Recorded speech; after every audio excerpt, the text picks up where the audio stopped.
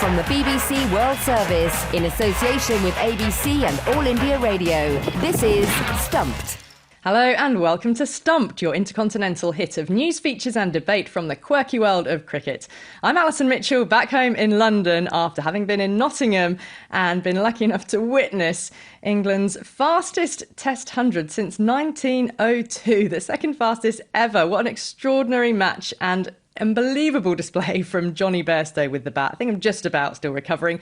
Had a nice road trip home with Isha Guha and Mel Jones in the car, packed the rafters with our suitcases, so plenty of time to reflect on what had happened. Then a nice day off at Queen's Tennis yesterday. So here we are in a bit more space to talk about it all. Hello, Jim Maxwell, back for the ABC from Sydney after being on Kangaroo Island in South Australia. Didn't watch much sport, but I did get home in time to see the last night at the Proms, as it were, the fantastic cricket played by England and New Zealand. And just over there, Australia was playing Sri Lanka. But I have to say, I watched that England game till the end. It was sensational, just sensational cricket, particularly from Jonny Bairstow. So well done, England. Well, no doubt about that. England excelled against New Zealand. Hello, this is Charu Sharma, back home in Bangalore after finishing the Saurashtra Premier League and a couple other things.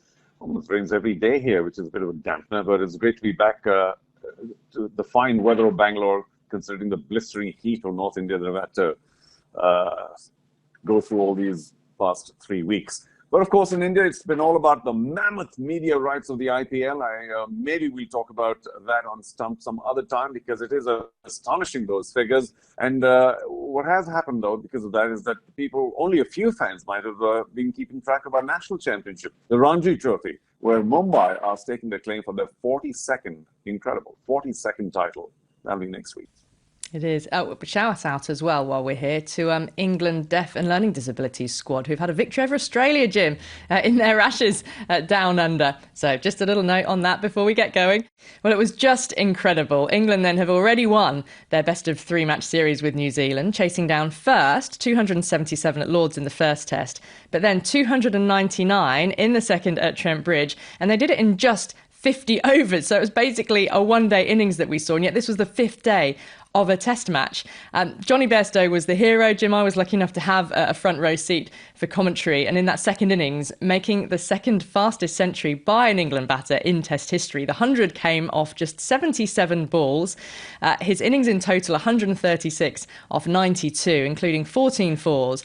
And 7 huge sixes. It was just an obliteration.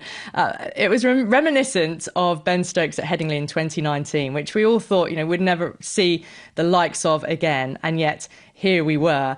And for Jonny Bairstow, innings of a lifetime. It's not going to get much better than that for him, is it?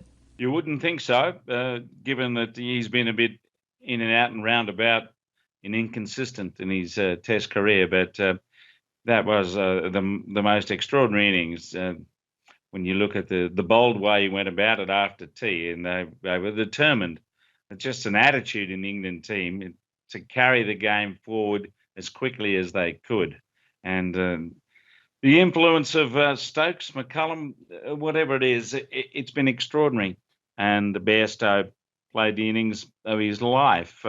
I know it's a short boundary on one side, and New Zealand probably erred by trying to bounce him out, but you don't expect every ball to be cleanly struck or even uncleanly struck. It still went into the stand. So it was an astonishing innings, an astonishing performance. They won with a leg in the air and 22 overs still left in the match. I mean, I think they scored 100 of 9 overs after tea. So I'm glad I stayed up to watch it. It was brilliant. Yeah, it was a challenge for a commentator, Charo, to keep coming up with new words to say. Unbelievable, extraordinary, amazing. I mean, yeah, they obliterated that run chase. But for Bairstow in particular then, in his 3 Test hundreds this year, he's come in with England 36 for 4, 48 for 4, and this latest one, they were 56 for 3. Now, he's had criticism at times, but he plays a really important role for England, doesn't he? Well, yes, he does. I think it's the whole fearlessness, and of course it reflects the new management of England as well, particularly the captain. But Stoke, beg your pardon, Bairstow himself has probably credited the IPL, if I remember correctly, for the form that he's going in. Just 3 or 4 weeks ago, he couldn't score a run in the IPL, and his team was kind of wondering whether we should even keep him in the 11. But then, of course, he did ramp it up, did rather well.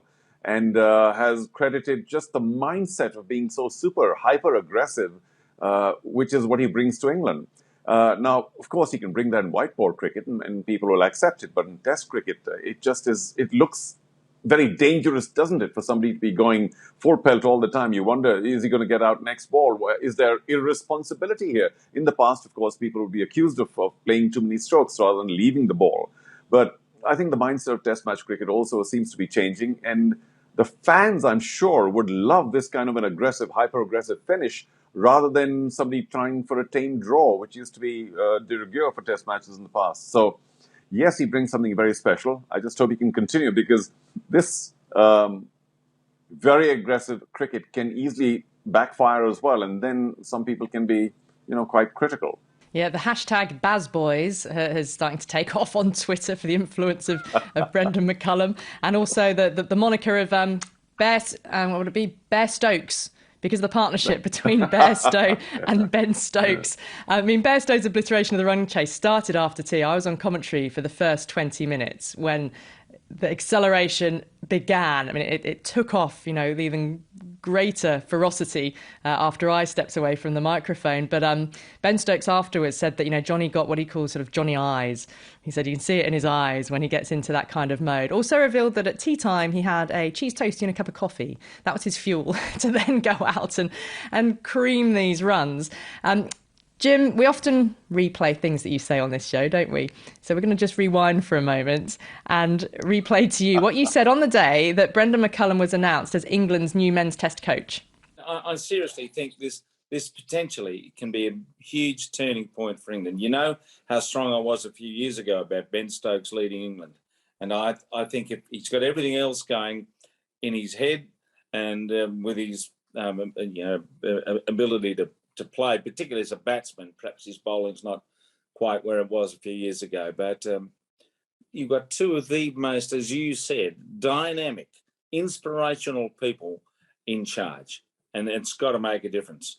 I'm really looking forward to staying up late at night down under to watch all of this unfold. I really reckon it's one of the best things potentially that's ever happened in English cricket. Well, that's two prophecies coming true then, isn't it? It's the Brendan McCullum one and the fact that you did stay up all night to watch it unfold. Brilliant, yes. Jim, brilliant. Oh, yes, I probably got a bit carried away looking back at that the other day. But then again, 2 run chases like that. I'd like to know how many other teams in Test history have chased as many runs as that in back-to-back Test matches to win by 5 wickets. I mean, and it's been extraordinary. How long it lasts, well, we'll see. But it's pretty good to watch. I mean, even if they'd lost 1 or 2 of those games, it's the way they went about it that's going to inspire, encourage people to follow this England team as they've often done before when they've had Botham type figures and Flintoff playing in such an electric way. So good on England. Yep, it's taken, 2 New Zealanders, I suppose, to bring this inspiration. You'd have to say, Ali, and the fact that Ben Stokes has rated this win as a greater achievement than his performance at Headingley or winning the World Cup in that same year. So that's what they feel about it. They're on an emotional high. Yeah, very much so. Ben Stokes born in New Zealand, of course. But I mean, Brendan McCullum cuts such a relaxed figure, who's on the balcony throughout lots of that test match, sort of reclining, sunglasses on, shoes off, feet up on the balcony. There were times where he looked like a sort of teenager lounging around, watching Netflix, and yet he's the driving force behind all of this. But yeah, this England team, Charu, they are going to go about it in a different way. I did have a text from a friend in New Zealand saying it's going to be interesting to see how long the sort of honeymoon period lasts if this approach doesn't always come off. And you think, well, it can't always come off. But for that crowd who were in, you did sit down after tea thinking, if England lose 1 wicket here and then they sort of shut up shop and just pat out a draw for the rest of the day, that's going to be so deflating. And the crowd would have rather, and probably England bought into the fact that they would almost rather lose this match trying to win than bat out a long period for a non-entertaining draw. it's a bravery versus caution thing, and people love bravery, but remember that the fans can also be very hypercritical. So in case, God forbid, wicket was lost, and people would turn around and say, why did you have to play such a rash shot? Because we needed to just be there. It works both ways, and of course we need to enjoy it when it's happening. Somebody like Bairstow and even Stokes, you've got to just let them be. Of course, Stokes is now the captain, so he can lead the team in whichever direction he wants. But a bit like Sehwag, you don't really counsel them. You don't tell them what is needed or what we need to do, or batten down all the hatches and kind of play out for a draw and show that kind of courage to play a draw. This courage is now being utilized to win matches. And people love match winners. Something like Bairstow, Stokes, they're all match winners. It'll work sometimes, it won't. So it now depends on the fans to understand that there's a change in the style of English cricket, and we'll win some, but we may, God forbid, lose some. And in which case, you've got to stay with the plan and appreciate this new brand of English cricket. Now, while the headlines have been dominated by Brendan McCullum's England Test team this week, the England men's white ball side are also in action this month. Matthew Mott begins his tenure as England's white ball coach as they travel to the Netherlands. But sadly, Mott's counterpart, fellow Australian Ryan Campbell, won't be in charge of the hosts. In April, he collapsed, suffering an unexplained cardiac arrest. He was placed in an induced coma for 7 days. But we're delighted to say he's on the mend. He's continuing his recovery in the Netherlands, and he joins us now. Ryan, welcome to Stumped. You're looking well. How are you doing? I'm doing great, to be honest. Obviously, it was not a great 7 days of my life. Well, I can't remember the 7 days, to be honest. So I had a great sleep. But, my wife went through hell, obviously. She was there by my side the whole time. And, it just goes to show I'm 50, I'm fit and I'm healthy. But, the old cardiac arrest doesn't discriminate against anyone, really. Can you tell us what happened in the lead up to your collapse, and indeed what you've been told, have happened from that point? Yeah, well, look, I had been in New Zealand on a tour, and then I stopped into Perth on my way home, which I hadn't been home for, I think it was 856 days with COVID and stuff. So I wanted to see mum and dad, and, got back to the Netherlands. And then 2 days later, we had planned to go to England to see my wife's family and spend a bit of time there for Easter. I can remember driving my car to Schiphol Airport and getting the family out, moaning and groaning a little bit because I had to park 4 or 5 stories high, which, was, it's going to be busy here. And then, to be honest, I don't remember anything from that point on. I got on a plane with my family. Apparently, we arrived in England. The next day, we went to a very famous playground down in Cheshire, and I was with my daughter on the top of a slide and basically just went to the ground, laid down, and I was so lucky. I actually laid on the foot of a 4-year-old girl whose mother happened to be the one that saved my life, who just finished a CPR course literally 2 weeks before, and she brought me back. Goodness, that is quite something. And you obviously don't, as you said, you don't remember much else after that. What was the point? Your memory does come back when you came out of the coma. So when I woke up, firstly, I thought I was in Hong Kong and wondered why my kids weren't with me. And then the next sort of minute I woke up, I went back to sleep, woke up, and then I was adamant that I'd been kidnapped and had been taken to Bali by some kidnappers for some reason, because I was very serious. I looked at my wife and said, you got to cancel my cards. I can't find my wallet. I can't find my phone. I can't find my watch, my wedding ring. They've taken that. And of course, over the 7 days, I had been pricked and prodded so much. I had all these puncture marks in my arm. And I said, you got to give me an AIDS test because they filled me full of heroin. That's why I can't remember anything. I was off in fantasy land, to be honest. And she had to sort of settle me down and explain that I was in the United Kingdom, and you're in hospital, you've spent 7 days asleep, things are okay. And she was amazing, in all honesty. She was, the courage that she had, and, she knew that I wasn't quite ready to know the extent of it, so to speak. So she sort of kept a few things up her sleeve, but then as I was getting better, she sort of let me in on how desperately bad it was, and kind of woke me up a little bit, and I guess I have a second chance at it. But the one thing I will say, there was no pearly gates or white lights that I saw, so I may have to reassess my whole living style, so to speak. Jim Maxwell in Sydney, Ryan, nice to see you. You're sounding pretty good. Thanks, Jim.